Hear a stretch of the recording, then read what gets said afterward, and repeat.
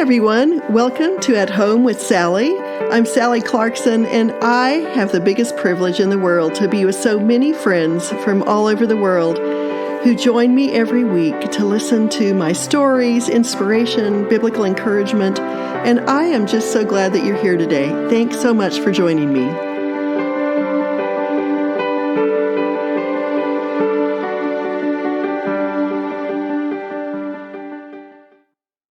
Hi, my friends. It's Sally Clarkson, and it's Tea Time Tuesday, and I am in such a good mood today. I just love thinking on Tuesdays about tea and about my week and about fun things that have happened.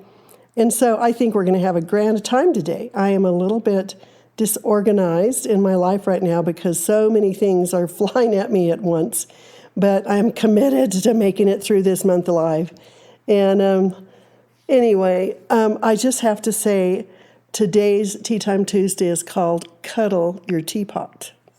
And if you see the picture that is in my Instagram or my blog post or Facebook, you will know why I said cuddle your teapot. But I first wanted to read this quotation to you because it seems to hit where I am right now. Making tea is a ritual that stops the world from falling in on you. Amen. And it was by Jonathan Stroud, who is an author of books I have never heard of or read in England. But I loved what he said. And don't you think that all of us need the world to go away for just a little while, just a few minutes?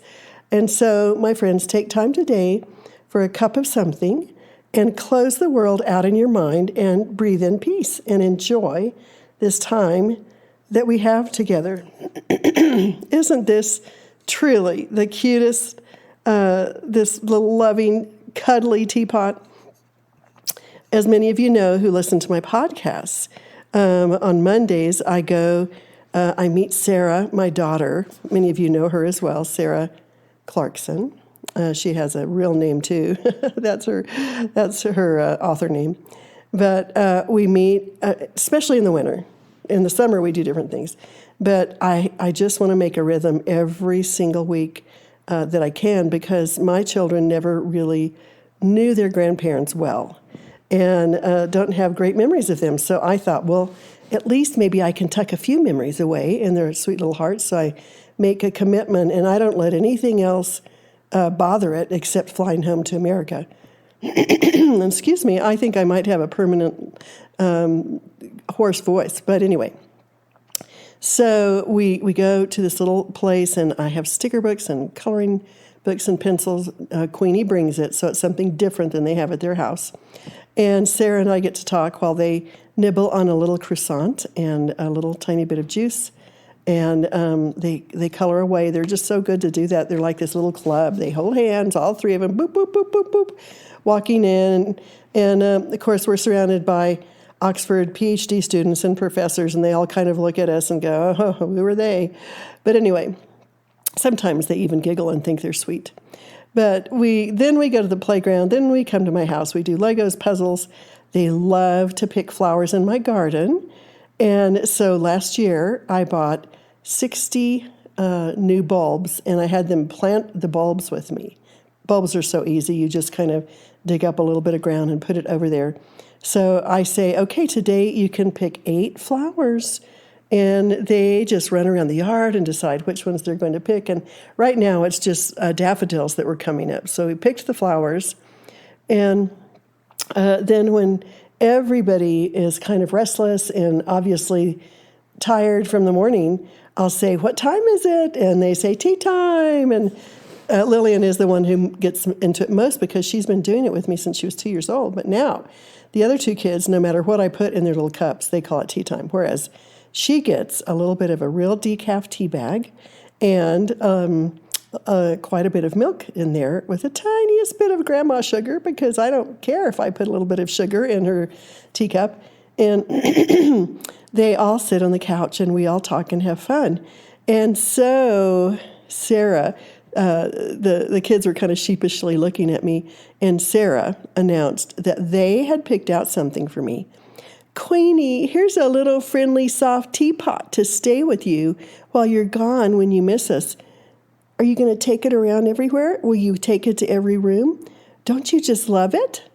And, of course, what ended up happening was Lucy, who is a little bit over 18 months, loved it so much that when they left my house to go home, unbeknownst to us, she snuck it in. Actually, an 18-month-old doesn't sneak it in, but she took it into her car, the taxi that we called. And so we had to rendezvous before my airplane so I could take the teapot home. These are the kind of things that are filling up my life these days. But anyway, I have lots of fun little things I wanted to talk to you about. Let me go to my notes here, the few notes that I have today. And so there's, I'll see if I can give away a little cuddly teapot at some point.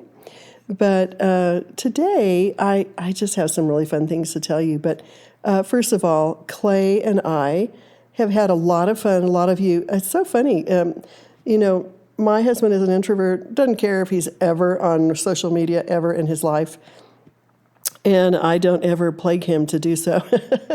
But I do say, hey, honey, will you take a picture of me with the teapot?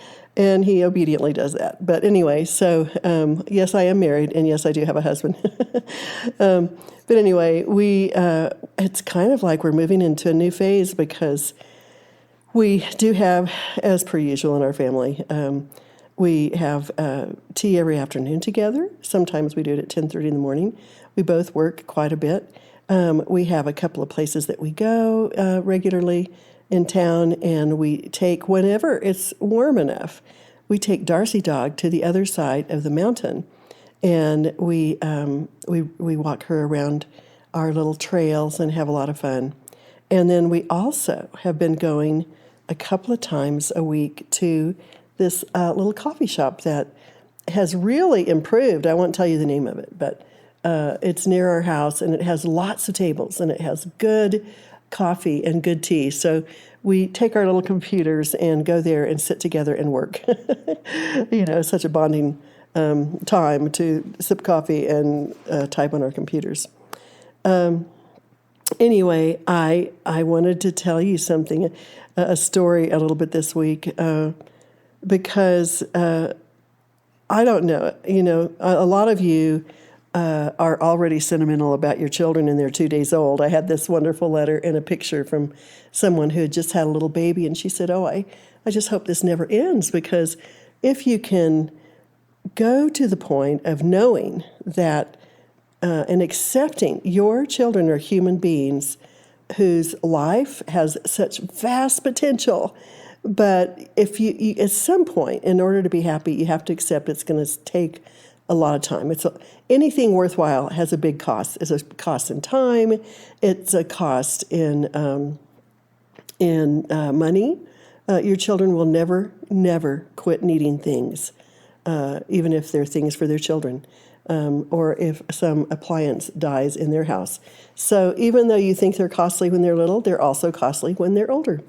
But I don't know. It's just the Lord's grace, because I'm a pretty self-absorbed person. I was an older single. I could go out whenever I wanted to. And then when I was almost 31, I had my little Sarah. And I really, I don't know if it was why. It hits different people different ways. But eventually I studied Scripture, pondered life, thought about home, thought about shaping souls and minds. It took me a while. I thought about all these things that I've written about.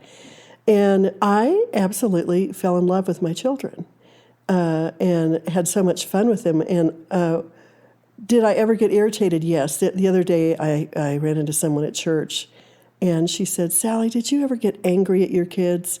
Well, of course I did. I think at least once. No, I'm not going to tell you how many times, because then I would have to go and confess all over again to the Lord. But we aren't trained. We don't have lots of support systems. It's a funny culture, and it's a lot of work to have to learn how to do. I had to learn how to do things I'd never done before. But what I'm here to tell you is, with all of that earnest but imperfect work in my children's lives, to read to them, to make meals and light the candles, even if it was a bowl of oatmeal. It was a feast because we lit candles and put music on, or snack meals, which I love to do, some homemade bread or bread from the store, a little bit of cheese, a little bit of fruit and nuts and, different snacks. They loved that. But anyway, you stay up late at night. You comfort them when they're sick. You put up with ear infections. You watch them be petty with each other, unlike us. No, I'm telling you, they're just like us. You have to train them. Your expectations are changed. Just when you think you're going to go out on a date or to a long trip, somebody gets sick. So yes, it is a big cost, but you can feel the cost that I'm talking about right now, all of you, the staying up late with teenagers, them rolling their eyes at you. They're going through a phase moving from babyhood to adulthood. All of these things cost you. So you know this, keep that in mind. And the other day, I was sitting in my house here in Colorado, and Joy texted me, and she sent me these two very handsome pictures of my son Joel going into his Viva. Well, a Viva, they're different in Europe than they are in America, but you have to get a PhD, you have to write an 80,000 word paper, and it has to be advised by two prominent scholars, and then they go through it. You have to correct it. You have to give all sorts of references. You research and research and research, and you give your lifeblood away. And I was with Joel watching him do this, and I've been living with him the past couple of years because he could move from St. Andrews, and it was cheaper to live in our room and pay towards some other food and expenses and stuff like that, so that he could finish his PhD and still pay for his schooling and stuff. And so I've watched him work hard. I've encouraged him through very discouraging input. I've watched him research. I've watched him walk in the rain to go to the libraries, and trying so hard to get rid of this thing that he has put his heart into. And so I'm telling you, when Joy sent me these cute pictures of him, he's 6'5". He was dressed to the nines, whatever that means. He had on this beautiful suit, and he had his notebook, and he had wonderful shoes. He just looked great. And I'm telling you, I think for everything I ever did in his whole life, for every diaper I changed, for every food that I fed him, for every time I comforted him, for all the times as an adult, in college we would help him I don't know what it was, but something broke. And tears welled up in my eyes, and I thought, oh, he's just such a great kid. So do you ever do that? It's good to have a sentimental cry over your children. And we didn't know what was going to happen, because you can go in there and either they can say it's not good enough, you have to work in it another year, or there's just a few corrections, or no corrections. Both of those are about the same. And if that happens, then you can actually graduate, and you're considered a PhD from that point. So as soon as Joel got out of his 3 hours of grilling, he called his mama. And I was like, yay! It's kind of like for every single fiber of all the years that he had been working, made me happy. I was so grateful. But I think that a lot of people who know us or have watched us over the years look at us and they think, oh, it's just been easy for you. And I think, no, it hasn't. It's been a lot of ideals and a lot of work, and it's really worth it. But just know that if you feel like you're working a lot, you're probably doing the right thing. There is no easy way, formulaic way to make a lot of the work go away, unless, as I've always wished for, you have maidens to do all your housework for you. But anyway, so that happened this week, and it was just I was so grateful, because it could have gone anyway. It could have gone anyway because these scholars that he had to justify himself to may agree or disagree with all of his research. So anyway, that was really wonderful. But as I was thinking about this, I just want to emphasize how important love is as a foundation. My children really are, I have many friends, but they are the people I would most like to be with. I enjoy their conversation. I enjoy picking their brains. I enjoy who they are as people. We are close. We have invested so much time together. We were all, because I spent the time, I focused the time. You have to have focused time when you are concentrating on them, not looking at a phone, trying to get to know their personality, laughing at their jokes, be fun, laugh at their silly jokes, play Legos with them once in a while, give them verbal affirmation. I love who you are. I am the most blessed mama in the world that I got to have you as a gift. God must have loved me a lot because he gave me a Nathan or a Sarah or Joy or Joel. Accept your children and your husband and your friends. Look at their context. They are not you. And you may not like all of the ways that they are. You may not like all of the things that they choose. They may have different favorite meals. They may have different favorite colors, different favorite music, different favorite whatever. But a part of the grace that you have is to say, God created this unique individual, and I'm going to try to understand them, and I'm going to try to validate who they are so that they can go into the world knowing that they have a very special and unique place in the world to serve God and to write a story. I think that children long to be trained. They long for you to say, I just hope that in your lifetime you will love goodness because I think you are a good man. Our goal is not to just teach our children moralistic lifestyle, rules, legalism, but it's to teach them to love goodness, to love serving people. You know what? You might be the only person who encourages that person today. They might be a little grumpy.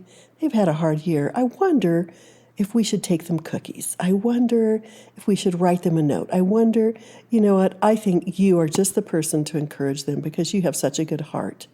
We focus on the hearts of our children. We do. My children learned how to work hard because we had boxes and boxes and boxes of children's books and of picture books and Clarkson books at all of our conferences for 23 years. And they learned how to haul book boxes and how to run a cash register and how to greet people and how to pass out chocolates when women came to our conferences. And so it was, we said, you are the best book that we've ever written. If people read your lives, they will be encouraged. What a great team you are to help us. So anyway, all that to say, every week I call my children or they call me multiple times each week. I talk to them several times. Often I talk to my children for 30 minutes to an hour. We are the best of friends because in the beginning, God put on my heart that he took 3 years to spend befriending and pouring into his disciples. And so that's one of the things I wanted to talk to you about. And I'm going to talk about it again in just a moment. But first of all, I wanted to tell you that when Clay and I went to coffee today, sometimes you need to just do comforting things. They had the biggest peanut butter chocolate chip cookie I've ever seen in my life. I only ate 1/4 of it because I give myself the freedom of having sweets once a day, but it's usually just a tiny little thing that I savor and I enjoy it so much. But anyway, you should just take a little peanut butter or some kind of almond butter out and make a little cookie out of it. And, you know, you can add oats if you want to, but chocolate chips are great in it. So that is my food for the week. I think I'm going to go to the next thing. I don't know if any of you are like me or not, but I think because I was in missions, I fell in love with traveling. I am addicted to stimulation. I'm probably the ADHD person that my children inherited it from. But anyway, I was going to ask you, and please do leave a comment because it will be so fun for me to know. I love to hear from you. But I am a person who loves traveling. And so I thought it would be fun if you could leave a comment today and tell me if you could travel anywhere, if money was no issue, and if taking care of 3 children under 4 years old is no issue, or whatever, you know what I'm saying. If you just could, where would you travel? Where would you go on vacation? And what would you do? And I have been dreaming lately. For years we've been watching PBS, a lot of the different shows on there, and now we're watching All Creatures Great and Small. That was really fun this week. Clay said, it's so relational, kind of good, it's slow. And I thought, oh, it's so relational. I just love it. So we were laughing last night. We're watching it together right now. But they always advertise these river cruises. And I just think it would be so much fun someday to go on a river cruise someplace in Europe, because you could just take your suitcase on and unpack in one room, never have to unpack again. And then you could just gently sway down the river, sit out on the deck, eat your breakfast that someone else prepared, and then go to a few little places to get off the boat if you wanted to. But I just think that would be grand. And the other thing is, I have always wanted to go to Provence. Provence is a part of France, and I love French food anyway. I love walking trails, and Provence is filled with markets of all sorts of beautiful fruit and vegetables and other goods. But it also is known for its beautiful farmland and gentle hills where artists would go because it was so beautiful to paint. The sun and the colors, they're just reflective of such great beauty. And so those are the 2 places that I would want to go. I could walk, I could eat, I could enjoy adventure. So just for fun, tell me what you would do. Where would you go? What might you do? Anyway, well, I just, before I do C.S. Lewis's quotation, I wanted to tell you his kind of statement about friendship was that natural life, has no better gift to give than friends. And it was so fun for me to see that a lot of people really wish they could have this book, so I'm going to keep giving books away. And thank you so much. My goodness, several of you have been sharing my book and taking it out to your friends and helping me get it out there. And that is so kind of you. Thank you so much, because it's just kind of, I have this about several weeks left, 3 weeks left, and I will need to be working on this. But every time I see a friend who shares, it just really encourages me. And just to kind of give you, I probably told you before, but I forget what I tell you. But when I envisioned Tea Time Tuesday about, a year or 2 ago, I thought, I want to have a podcast where people can come in and just rest and enjoy and giggle a little bit and have fun with me, instead of everything always being serious or poignant or whatever, but just to really refresh with me. And so I thought, I'm going to write a book that is that way too, that will be stories and beauty and recipes and little tiny peeks into my home, the hidden places where I discipled my children over cups of tea. I just really wanted to give a gift of all the people who love the Life-Giving Home. I thought maybe they would like to see some of the places inside my home. And I'm working on another project that will even be more focused in that way. But anyway, it really has meant so much to me for you all to order the book, help me get the book out there. You're my friends. You are. I really have grown to like this podcast arena because I feel like we talk about things together And I've been so encouraged by all the groups you're starting. One woman said that she helped her husband start a group for men that they would meet together at some kind of a little cafe or restaurant on Saturday mornings and be kind of encouraging to each other. They started that from this idea of tea time. I've seen people are taking tea time with their friends, with groups, with their children, with people in the hospital. I'm just so proud of you all. It's just one cup. Just one cup. That's what Jesus said. If you give even one cup to someone else. So it's really fun for me because it's kind of a reflection to me of a lot of different things I've always believed in: hospitality, friendship, discipleship, faith, love, ministry. And it's a great way to train your children. It's a very simple way. My children, when I had my Bible studies here, you'll have to read about our big Bible study, the story in the book, but they would actually be outside parking cars. They would clean up the house and make some kind of treats. They would greet people at the door. It was kind of a challenge for us. It was really fun. And working at our conferences, we always had these little meals, and we always brought boxes of tea, and we brought coffee, and we brought cream, and we would have our whole little prayer team. We had about 35 to 40 staff at each of our conferences over the years, and our children were part of that staff. And so we would all meet together, and then we would sit and we would sip these warm, wonderful things, or the hot chocolate, whatever the kids wanted, with our friends. And first of all, we'd pray for the conferences, and then we would have all these little sweets and as a special thing. They got cheeseburgers at the end of the conference with their friends. Woohoo! Anyway, it was a time of gathering people around, and my kids grew up watching these adult people love God, pray to God, and serve in our conferences, and it was really a fun thing. So it's in the warp and woof of life where all of these values are passed on. Okay, so for those of you who have taken advantage of our pre-orders, you can go to sallyclarkson.com. You can look up in the top tabs. You can see books, and then put your cursor on Tea Time Discipleship.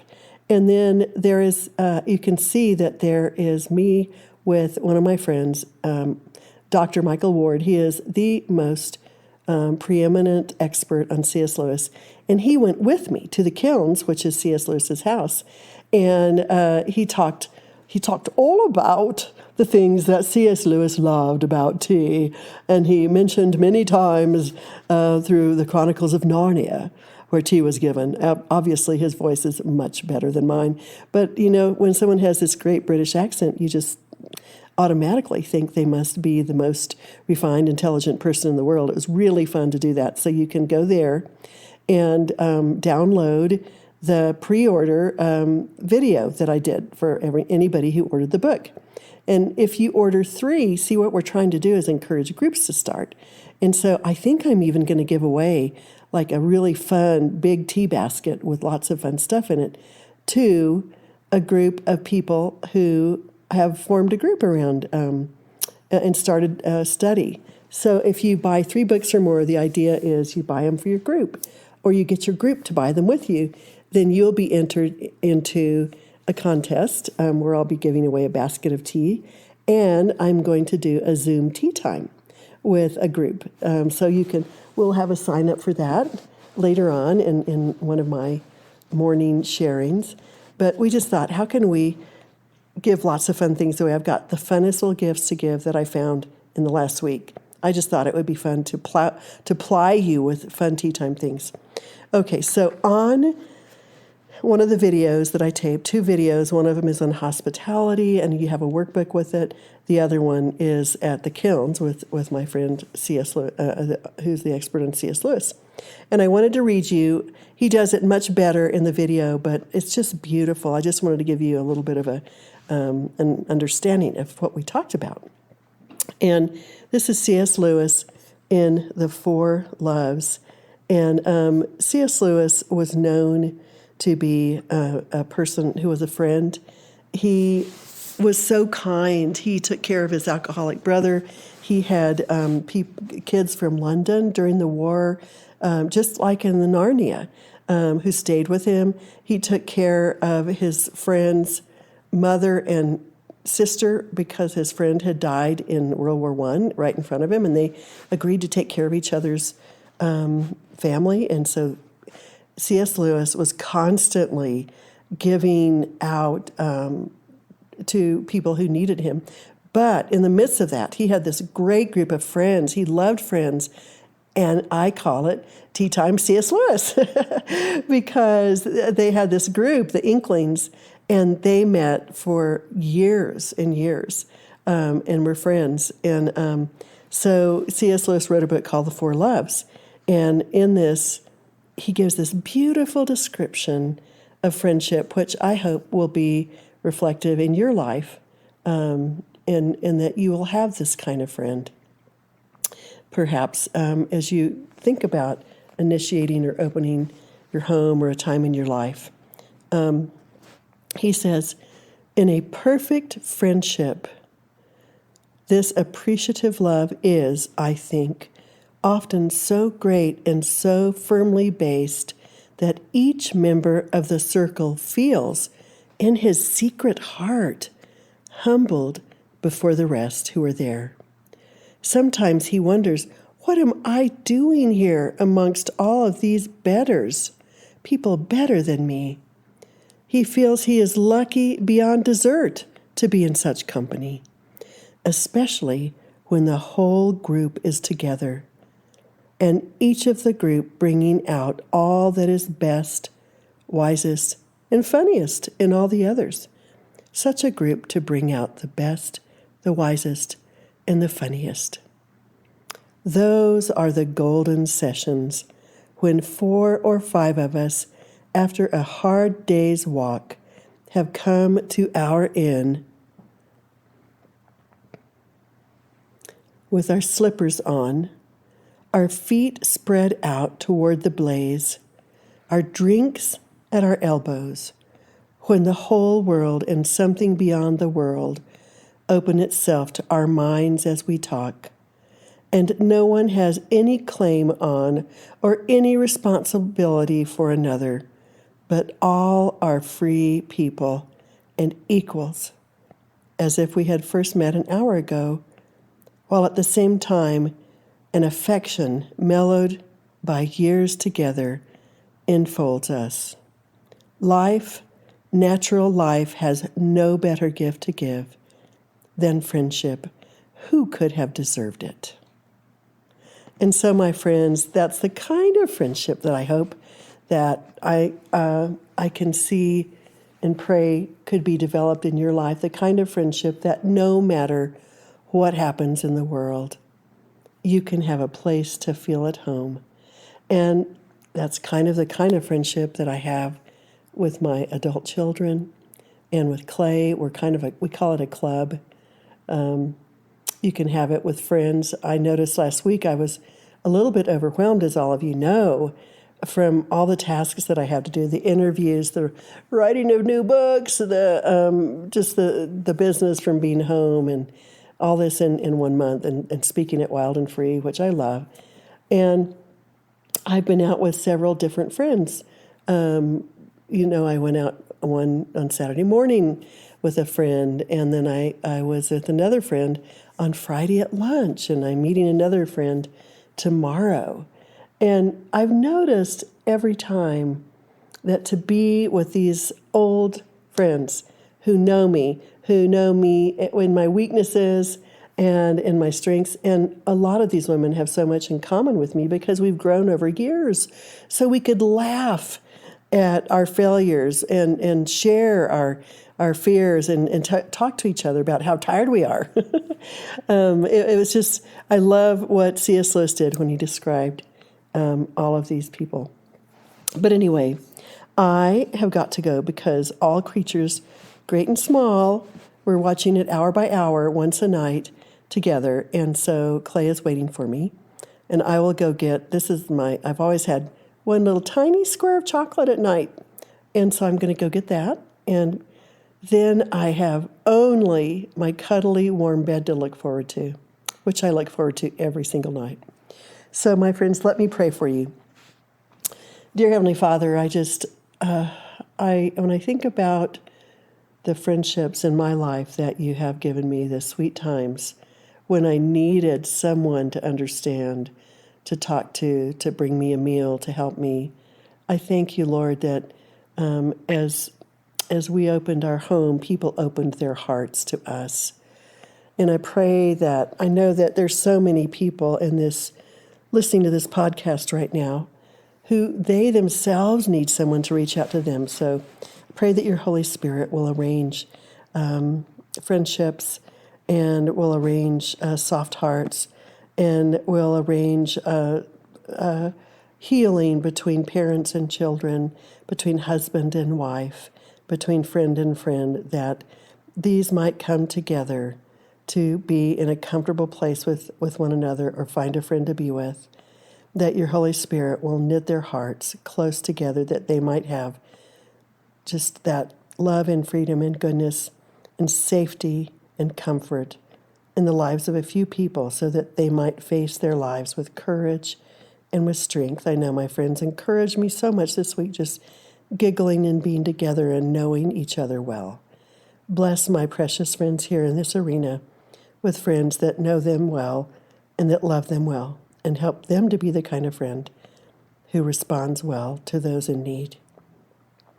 Thank you for modeling that to us, Lord, through your relationship with the disciples. We love you. In Jesus' name, amen. All right, my friends, thank you for putting up with my really crackly voice, and I hope you have a really wonderful week. God bless you. Bye-bye. I hope you've enjoyed our time together today and that you'll join me next week. Be sure to look for more inspiration on my blog at sallyclarkson.com. Thanks for joining me. Bye-bye.